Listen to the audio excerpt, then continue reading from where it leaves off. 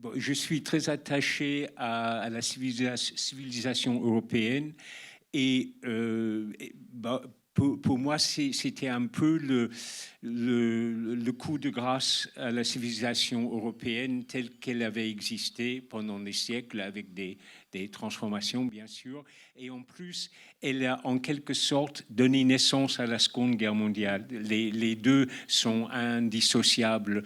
Donc, ces siècles tragiques, ce XXe siècle au milieu duquel je suis né, c'est quelque chose qui m'obsède en effet. Et donc là, je l'ai pris dans d'autres œuvres, pas dans mes films, mais dans dans mon premier roman publié, par exemple La Reconstruction, ça tourne plutôt autour de la Seconde Guerre mondiale. Et là, ça m'a pris par le prisme de la Première Guerre mondiale. Mais effectivement, ces grandes guerres, ces grands bouleversements, ces génocides, c'est quelque chose qui m'obsède. Et il y a différentes notions aussi de mémoire dans le film, même notamment liées aux espaces, aux lieux. Par exemple, oui, ça m'a beaucoup marqué le choix de commencer le film par le cimetière, et donc par cette immense ligne de croix anonyme, qui est un peu comme, voilà, c'est une sorte de contraposition avec le mur de mort, donc avec cette comment dire, inscription non seulement des noms, mais aussi d'un lieu qui est intégré dans le contexte urbain.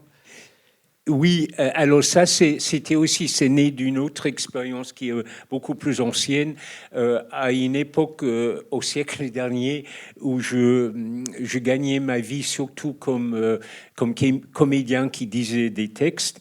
Et j'ai travaillé avec un groupe musical de musique Renaissance et baroque, et on faisait une tournée en Lorraine, et on a fait un concert à Verdun.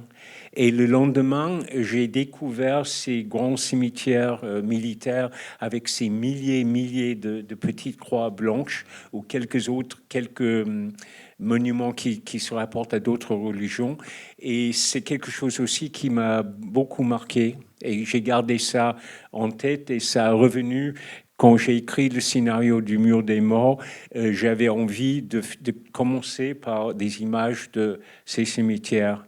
Et Julien, donc, qui est là, était très gentil puisqu'on avait très peu de moyens en fait pour ce film, mais il m'a permis de faire un petit pré-tournage où on est allé en Lorraine et où on a filmé 2 de ces cimetières. Oui, non, parce que je pensais aussi, voilà, l'importance de la mémoire par rapport au contexte urbain, c'est-à-dire que voilà, la séparation un peu distante du cimetière comme lieu à part de Ah, mémoire, quelque part aussi, nous sépare aussi de cette mémoire. oui, alors Et- le cimetière effectivement est entouré de grandes murailles, comme une ville fortifiée, et c'est pour qu'on ne voit pas la mort. Mais ce cimetière est une partie essentielle de la ville de Paris. D'ailleurs, dans un passage très célèbre à la fin du Père Goriot de Balzac, Eugène Rastignac a assisté à l'enterrement du Père Goriot, et puis il regarde tout Paris depuis le cimetière, et ça stimule son ambition. Il dit à nous deux.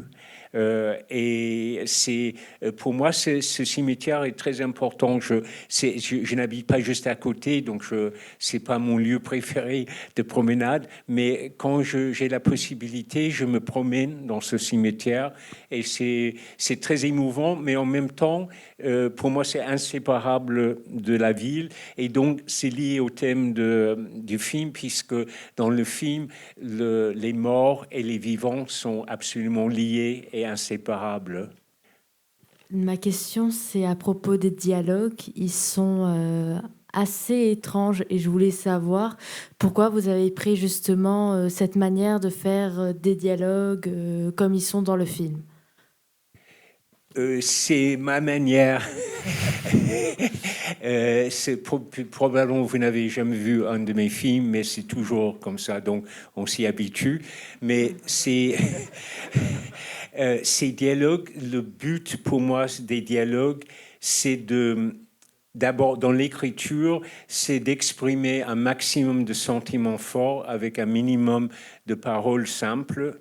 Et je ne veux absolument pas que les acteurs essaient de construire de faire une construction psychologique du personnage, parce que ça, c'est quelque chose toujours qui est cérébral et qui est extérieur. Et je veux que les paroles éveillent quelque chose de très profond dans les personnes, en fait, dans la personne des acteurs, et que cette émotion ressorte. Donc, les dialogues sont écrits, c'est en français très simple, mais je respecte la grammaire, ce qu'on ne fait pas en général en parlant. Et les questions, par exemple, se font toujours par l'inversion du sujet et du verbe. Et pour l'interprétation, je demande aux acteurs de parler comme s'ils parlaient à eux-mêmes, parce que quand on parle à soi-même, on ne fait aucun effet de rhétorique. Dès qu'on commence à parler à une autre personne, on commence à faire des effets qui sont pensés dans le but de convaincre l'autre personne de ce qu'on dit. Et voilà, c'est donc ma manière. Bonjour, merci. Bonjour. Du coup, c'est intéressant par rapport à ce que vous venez de dire. J'avais justement une question sur le personnage qui fait la manche. Personnage qui fait la manche. Le jeune homme qui fait la manche et qui ne parle pas, qui n'a pas de ligne de dialogue. Peut-être vous pouvez nous parler un peu de ce personnage dans le film, ce qu'il représente. Oui, alors c'est quelqu'un, donc c'est une sorte de messager du destin, en quelque sorte. Dans sa première apparition, donc à la fois Arnaud, c'est quelqu'un de très gentil, mais il voit cet homme donc voilà qui fait la manche, qui est dans la misère, et voilà, ça ne le concerne pas. Et puis la deuxième fois qu'il le voit, il est troublé parce qu'il a été troublé par le contact avec le passé du soldat mort. Et du fait que ça le trouble, il traverse la rue. Et en traversant la rue, il entre dans ce café où il rencontre ce personnage qui lui permet de se mettre sur la bonne voie, en fait, de demander, d'accepter l'existence de ce rapport entre les vivants et les morts. Bonjour pour ce film. Ce que je trouvais extraordinaire, c'est que, comme Saint-Augustin, il est dans le temps présent et on a traversé, nous, l'humanité, une catastrophe de destruction. Pour beaucoup de gens, l'impossibilité d'enterrer leurs morts. Je parle de la pandémie du Covid-19. Et avec ce désespoir qui a traversé nombre de jeunes, nul besoin d'être parent pour comprendre combien cette jeunesse contemporaine est totalement cernée par la mort et la destruction. Donc je voulais savoir à quel moment vous avez écrit et réalisé votre film, parce que pour moi, il est un film qui me permet de me consoler du monde dans lequel je suis. Et il est tellement traversé par l'amour et la croyance qu'on ne doit pas renoncer, qu'on ne peut pas renoncer. Et je trouve que c'est un film extraordinairement lumineux. Donc, j'aimerais savoir à quel moment vous l'avez écrit, à quel moment vous l'avez tourné. À quel moment on a tourné le film? Oui. Vous voulez dire la saison ou dans l'histoire? Dans l'histoire, dans la production, parce que c'était entre deux confinements. Voilà. C'était l'été entre le premier confinement et le moment où le roi a imposé un couvre-feu et fermé toutes les salles de cinéma. Oui, merci. Je viens de remonter parce que je vous cherchais et donc j'ai pas entendu le début de vos interventions. Mais je voulais vous dire à quel point ce film m'a touché. C'est pas vraiment une question, c'est juste. Et je crois qu'à la fois dans sa construction, qui est volontairement très artificielle, enfin avec la façon de parler, toutes les liaisons qui sont faites, les postures, c'est explicitement construit. Justement pour que je le ressens comme le fait qu'on ait c'est un récit que vous faites, mais on n'est pas vraiment dans la fiction. On est dans quelque chose. Comment je dirais ça? Il y a quelque chose qui touche à de la vérité, ce qui est rare. Et disons que bon, ça me touche ce que vous dites, et ça, c'est assez profond, en fait, parce que moi, je crois personnellement que le meilleur moyen d'exprimer la vérité, c'est par la fiction. Et la fiction, c'est ce qui est faux par rapport à la vie. Donc, je ne cherche pas à faire quelque chose qui soit éloigné de la vie. Au contraire, parce que sinon, ça ne vous toucherait pas et ça n'aurait pas beaucoup de sens pour nous. Mais c'est que tout ce langage qui est effectivement... je ne cherche pas à reproduire ce qu'on voit dans la vie quotidienne, parce que je ne vois pas l'intérêt à voir sur un écran ce qu'on peut voir dans la rue ou dans son entourage. Oui, oui. Donc c'est plutôt pour faire voir tout ce que j'ai filmé là est réel, fait partie du monde réel. Mais le but, c'est de faire voir la partie cachée de la réalité, qui pour moi est la plus essentielle. Donc ce sont des choses cachées à la fois dans les êtres et dans les choses, qui est une énergie d'ordre spirituel.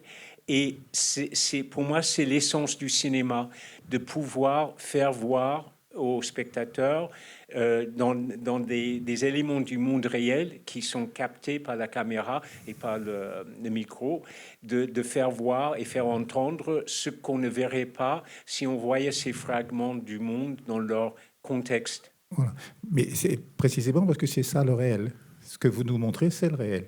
C'est-à-dire, c'est ce qui va au-delà de l'apparence. Enfin, bon. Et l'autre chose, c'est... Alors, si ça m'a touché tellement fort, c'est que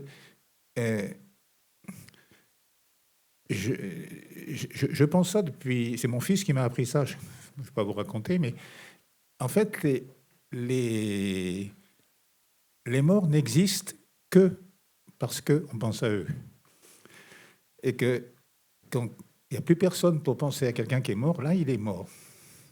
Je veux dire, il y a des millions et des millions, des centaines de millions d'êtres humains qui sont morts, puisqu'il n'y a plus personne pour les... Mais quand un archéologue redécouvre un crâne, il y a un être qui revient.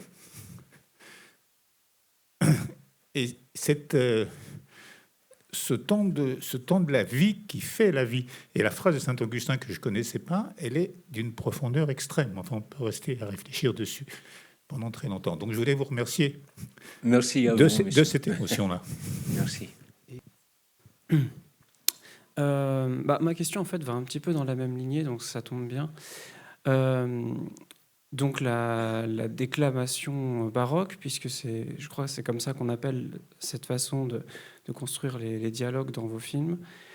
À ce sujet, je me demandais si la présence des fantômes, parce que donc là c'est un élément du film, mais c'est quelque chose qu'on retrouve dans plein d'autres de vos films, la présence des fantômes qui cohabitent avec la déclamation baroque, je me demandais si c'était tous les deux une façon de ne pas faire tomber dans l'oubli, une façon de laisser tomber dans l'oubli du coup cette mémoire de la langue, mais au travers de la mémoire de la langue, aussi la mémoire de ceux qui l'ont parlé. Donc est-ce que la déclamation baroque, c'est une façon pour vous, je ne vais pas dire de faire parler les morts, je trouve ça un peu, je ne sais pas comment dire, romancé comme façon de dire les choses, mais est-ce que c'est une façon de ne pas laisser tomber dans l'oubli aussi cette autre façon de voir la langue, qui semble un peu ancrée dans le passé aussi? Voilà, c'est peut-être un peu flou comme question. Disons, juste, je n'appellerai pas ça de la déclamation baroque, parce que la déclamation baroque est quelque chose vraiment qui appartient au théâtre, et c'est, même si le but peut être elle-même, ça va dans le sens contraire, parce que la déclamation baroque, ça devient, tout est ampoulé et tout va vers la musicalité, la transformation de la parole en musique, tandis que là, ça va vers une intériorisation de la parole. Mais c'est effectivement, dans les deux cas, c'est une façon de retrouver la réalité ancienne de la parole qui existait avant le XVIIIe siècle. c'est trop compliqué d'entrer dedans, mais d'une manière générale, au XVIIIe siècle, la parole s'est réduite au mot, c'est-à-dire simplement un signe de représentation de choses dans un système de pensée tout à fait rationnel pour désigner des éléments matériels du monde. Mais avant le XVIIIe siècle, la parole, c'était... d'abord, la parole avait une âme et un corps, puisque la parole devait être incarnée. Voilà. Et la littérature n'existait qu'incarnée par une voix et un corps humain.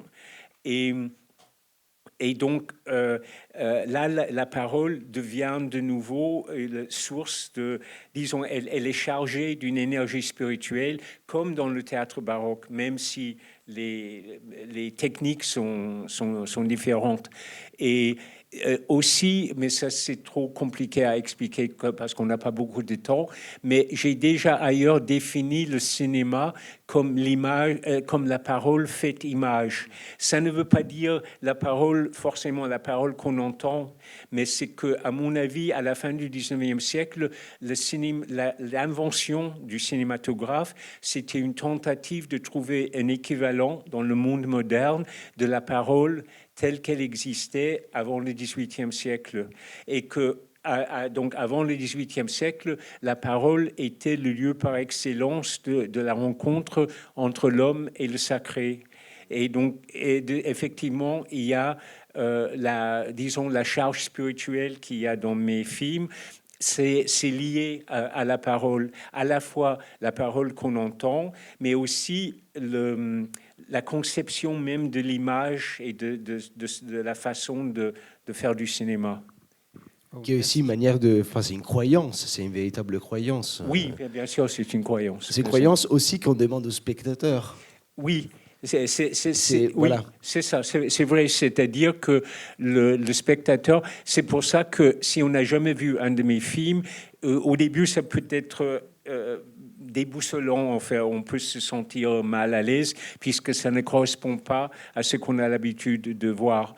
Mais si on se laisse aller, je demande effectivement au spectateur de se laisser aller et de faire une sorte d'adhésion par une croyance. Pas intellectuel, mais je veux que ça vienne, voilà, par l'émotion, par la subjectivité. Dernière question. Oui, bonjour monsieur. Votre film m'a beaucoup plu. Et je voulais vous demander, parce que vous devez savoir que les soldats qui ont tourné le dos à la guerre 14, qui ont été considérés comme traîtres et autres, ne sont toujours pas réhabilités. Les soldats qui ont tourné le dos à la guerre 14-18 et qui se sont rendus compte que c'était une véritable boucherie, toujours pas été, et qui ont été fusillés, donc remassacrés, n'ont pas été réhabilités encore. Et il y a eu des exécutions de soldats qui étaient considérés comme des traîtres s'ils refusaient de combattre. Mais bon, la majorité des soldats qui ont été tués, c'était dans les tranchées. Oui, bien sûr, c'est la grande majorité. Il y en a eu 6 millions, mais symboliquement, le fait que ces gens-là, parce que justement, on fait des fresques et tout, c'est aussi, quelque part, il y a une culpabilité quand même, parce que ces gens-là ont vraiment pris conscience que c'était une boucherie, que c'était bon. Je ne sais pas s'il y a des guerres justes, mais que c'était pas une guerre tout à fait normale, quoi. Vu la quantité de morts. Bien sûr. Mais disons que, c'est pas du tout un propos du film. Voilà. Mais oui, c'est un fait historique, c'est certain. C'est intéressant que vous dites que c'est pas le propos du film, parce que justement, en restant dans cette mentalité de du non-honneur de ces hommes qui ont été fusillés, pour l'exemple, on y retourne droit directement avec l'Ukraine. Bientôt, on va rentrer en guerre. Il y aura des personnes qui vont partir et tout va recommencer, quoi. C'est-à-dire qu'en fait, je veux pas faire. C'est vrai que là, je suis en train de dire Spengler, c'est un peu compliqué, mais il y a une espèce de maintien dans un stream qui est absolument incroyable. On n'arrive pas à prendre des leçons de cette catastrophe de 14-18, parce que votre film m'a d'autant plus plu que dès que je suis dans une localité, en France, j'ai toujours tendance à regarder le monument aux morts. Et je suis sidéré de voir qu'il y a plus de noms que de maisons, des fois. Mais je pense qu'on a ces gens-là qui ne sont pas réhabilités. Pour moi, c'est un problème. Bon.